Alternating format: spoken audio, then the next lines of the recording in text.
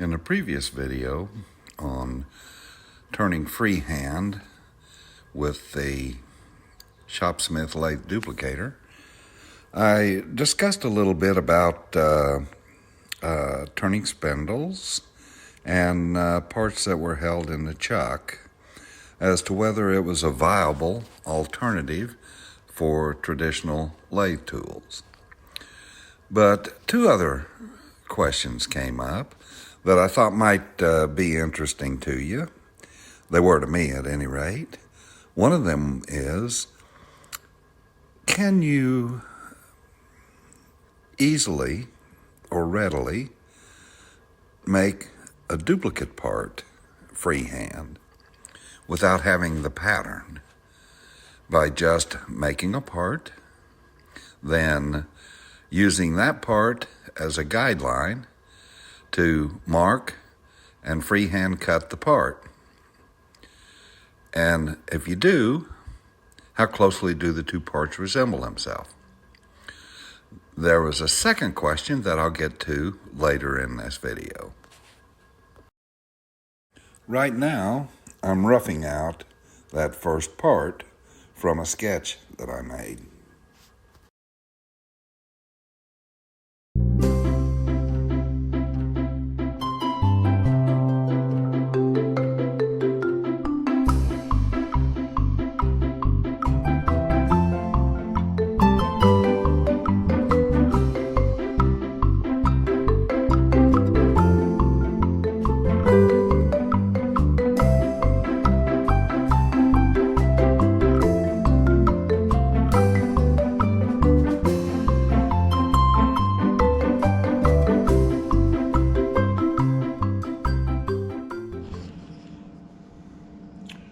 You just saw me make this part, okay?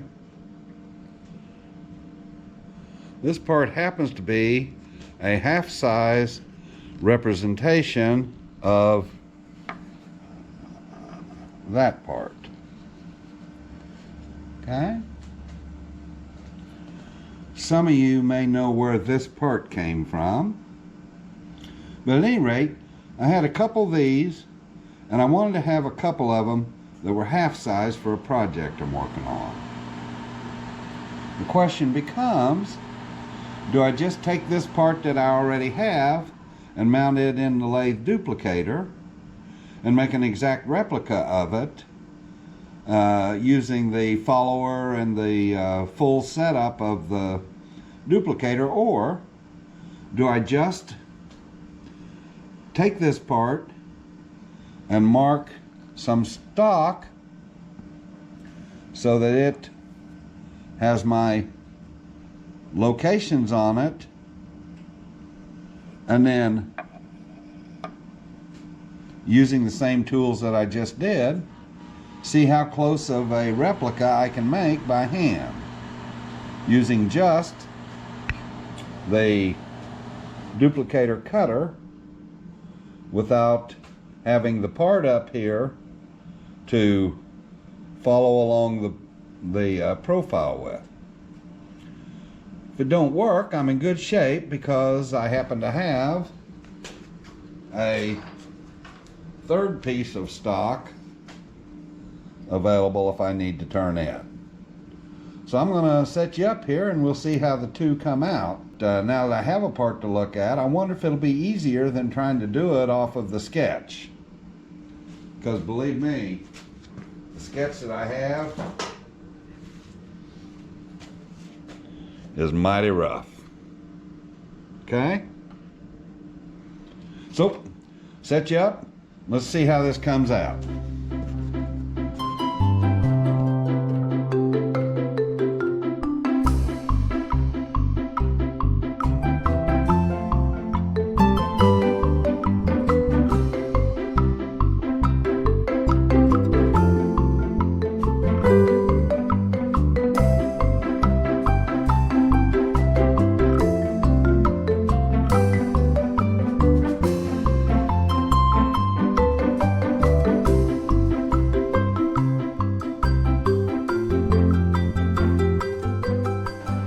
change out the cutter and cut this cove down in here. That'll be a round cutter. I used 3 cutters to do this. And this diamond, used it for detailing. The square for smoothing and blending. A bead, okay? And then I'll use the round one to cut this cove. When I'm all done, I'll put this diamond back in and use it to part the 2 parts, okay?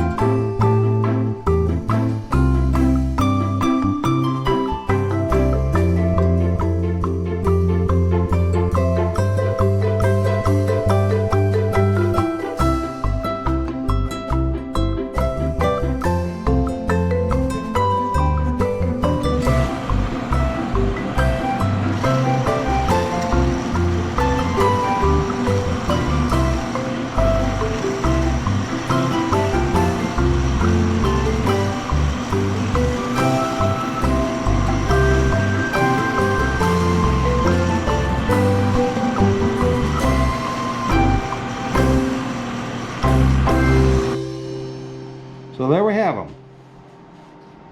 We got 2 half size, half scale copies of this. Both of them were done freehand, and you can see some minor differences in them, but they match up pretty close to each other. And they're from the same piece of wood, so you'll notice that they'll match up pretty good whenever I mount them. So the answer to the question is yes, you can get a reasonable duplication by hand using the duplicator without having a pattern to follow. Well, I'm back in the shop, back at it again. Got the lathe duplicator out here, and had a couple other applications I wanted to show you. I wanted to show you especially how good a job it does making some small petite parts. But at any rate, when I posted that video, Tom from Workshop Nerdery posed the question as to whether or not putting a guide on the base here, on the table, that this base could ride against, if you had a straight line or even a curve, I guess, is it possible to use that and just guide the base along the edge and make a straight cylinder, or angle it and make a tapered one? I thought that was an interesting question. I hadn't thought about that. So what I had is I just finished up a little project, and I had 3 of these walnut pieces that I was making a piece that was just a little bit smaller than 3/4 inch. So this should turn down to a 3/4 inch. Okay. You'll notice that I've dubbed the corners off on this. I almost always do that, but I especially need it if I'm going to need to use the square cutter. And for this application, I'm going to want that square cutter, and I'm going to want to fix it so that it's parallel with that edge. I don't know if you can see or not, but if that is turned, then you can probably guide it along that edge, but it's going to be pretty difficult getting a smooth cut. So you're going to want to have it exactly parallel, to my way of thinking, to that edge right down here. okay? But that's the edge we're going to guide. And for the guide, I have a piece of a panel glued up out of hard maple. You wouldn't have to use hard maple, but I happen to have it. And I ran it across the jointer and got me a nice smooth edge right here that I can take and place this against and run it down. Don't know if it's going to work or not, but it seems like it ought to. So I've got to go ahead and get the offset, get the tools, get this tool set up, and get the offset figured out to try to see how close to 3/4 inch we can get and whether or not it will work, trying to use this as a guide. Seems like it ought to work. Sounds simple enough. But I'll set you up and you can watch.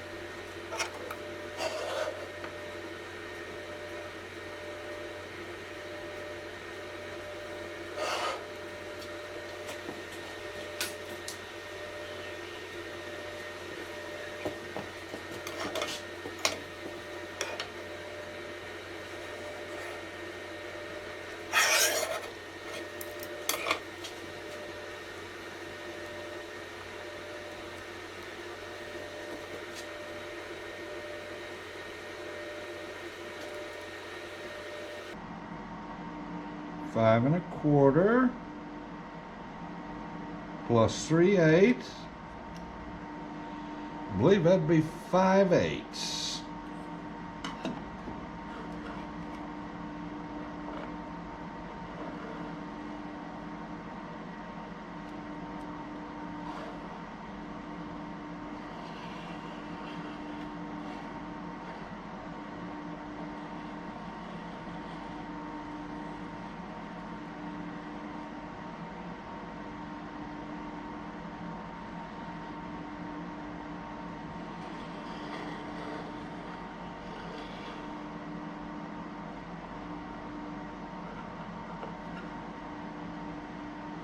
All right, try it again. This table has so much wax on it.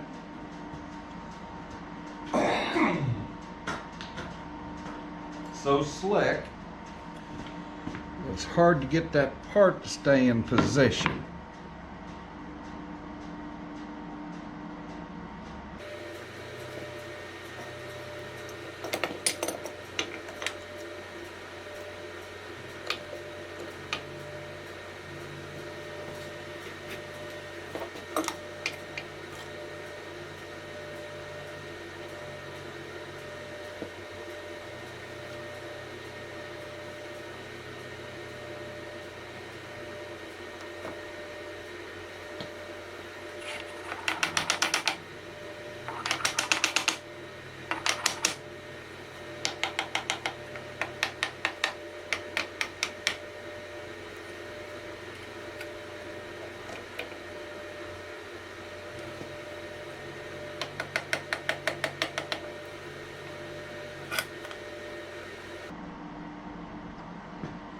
All right, that should get it. Need to install our part.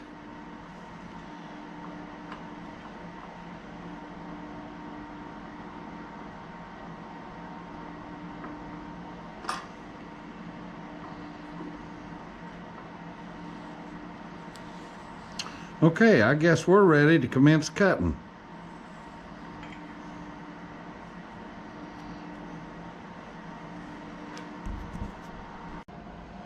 Okay, start her up.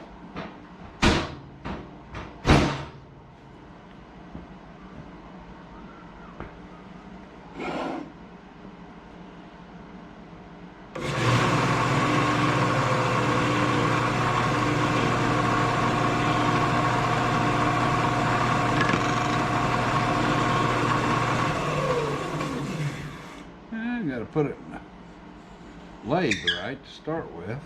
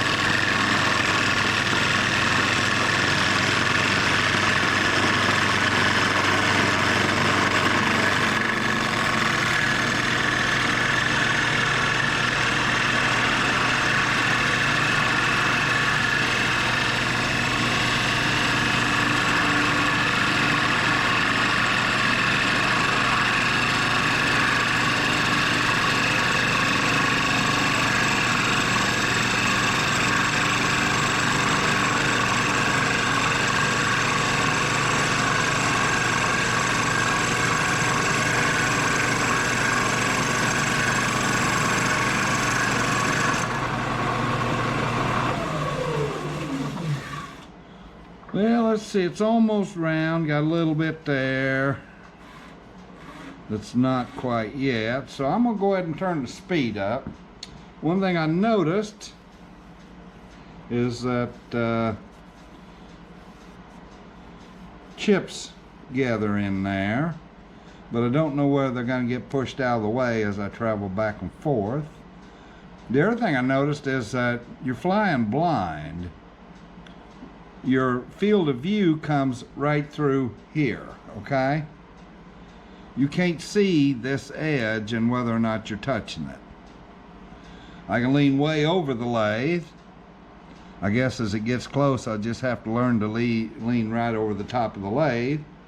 But it ain't real comfortable. But anyway, we'll give her a shot. Gonna turn up the speed a little bit and finish this out.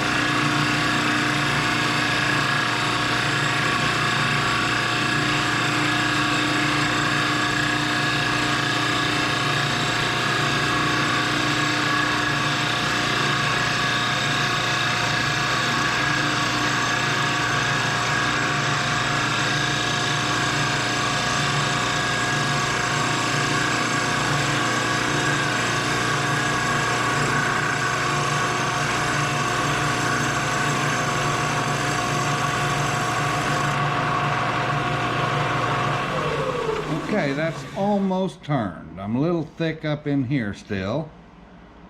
Well, before I do any more, what I want to do is, this is set up here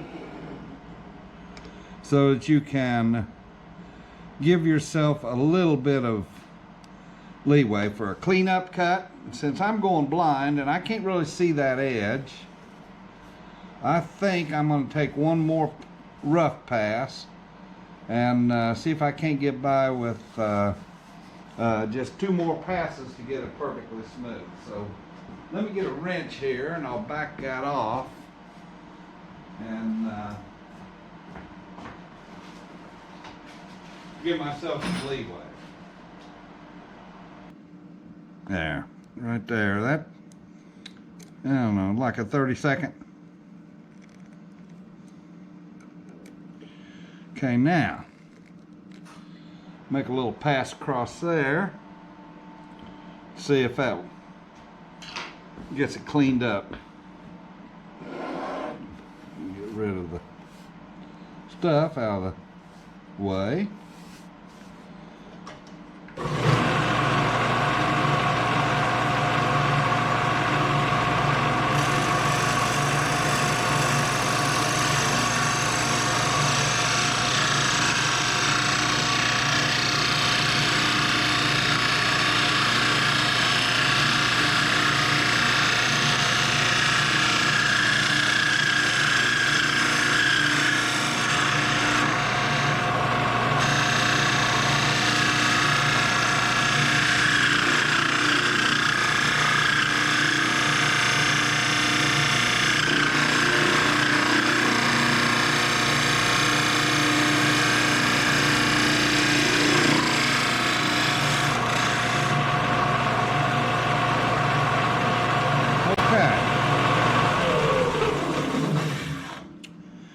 If you happen to tilt this at all, it digs in. Okay? So I'm going to go ahead and put this back where it was. Well, let me grab a calipers and see how close I am to 3/4. Found them.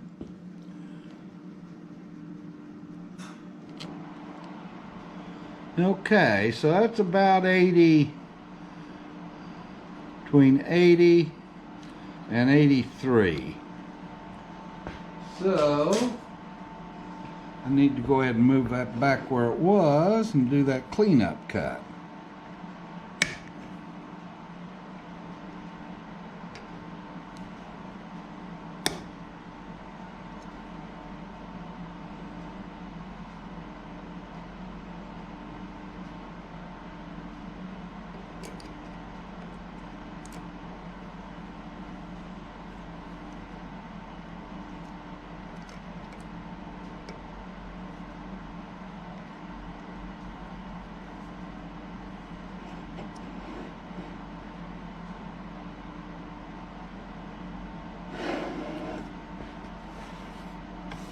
All right.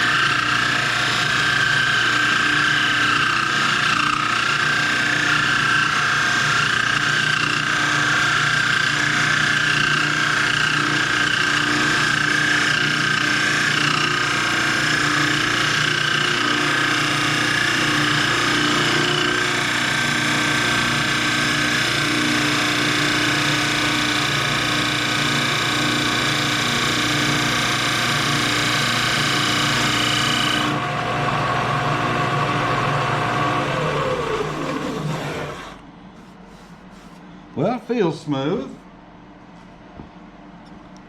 And we've got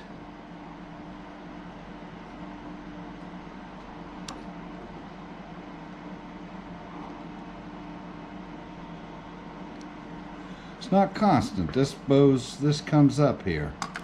See what might have caused that.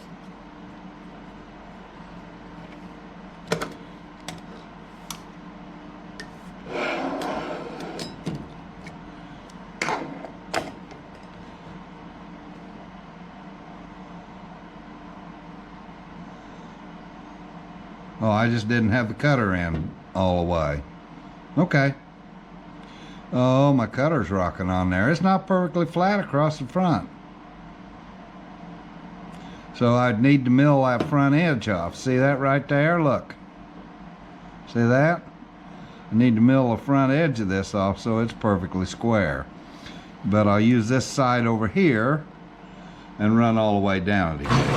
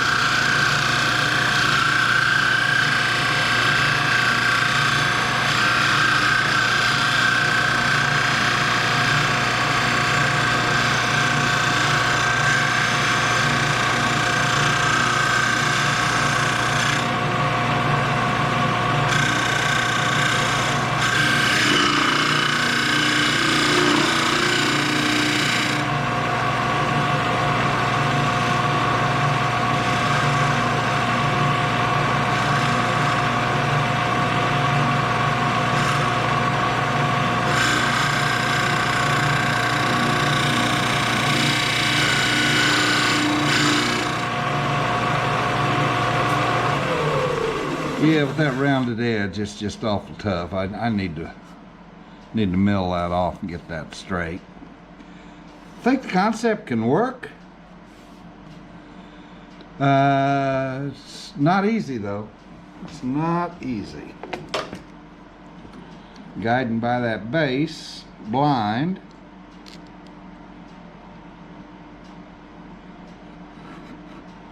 You know, I realize this board here may not be parallel because I did it by eye. So what I'm looking for is it's going to taper to here. There's 0.75 there, 0.78 there, 0.80 there, 0.81 there. I mean 0.81. So it does have a constant taper, so it's straight. And I'll check that out with my ruler. If I knew where it was.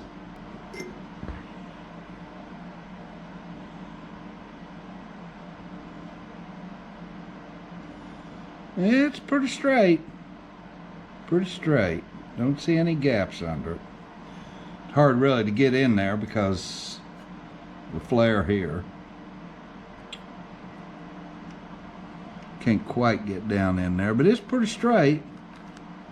Okay, so I'm gonna say that concept could work, but I'm gonna have to think about it and try to do something a little bit different, because that just wasn't comfortable. And it's pretty slow. I could have probably straightened that out by hand, by eye, just about as quick. How difficult is it to duplicate parts without a pattern? Well, it's actually easy to make similar parts, although they may not be exactly the same. If it's just one duplicate, it may very well be quicker than setting up a pattern. However, for several parts, you're likely better off if you do go ahead and set up the pattern. As to milling a straight cylinder using a guide on the table, it's possible to do so. You can guide the base on the table. However, the guide is not visible. You can't see it as you're working. And the face of the base I have was not flat. To do this accurately and repetitively, I would really need a better setup than the one that I had.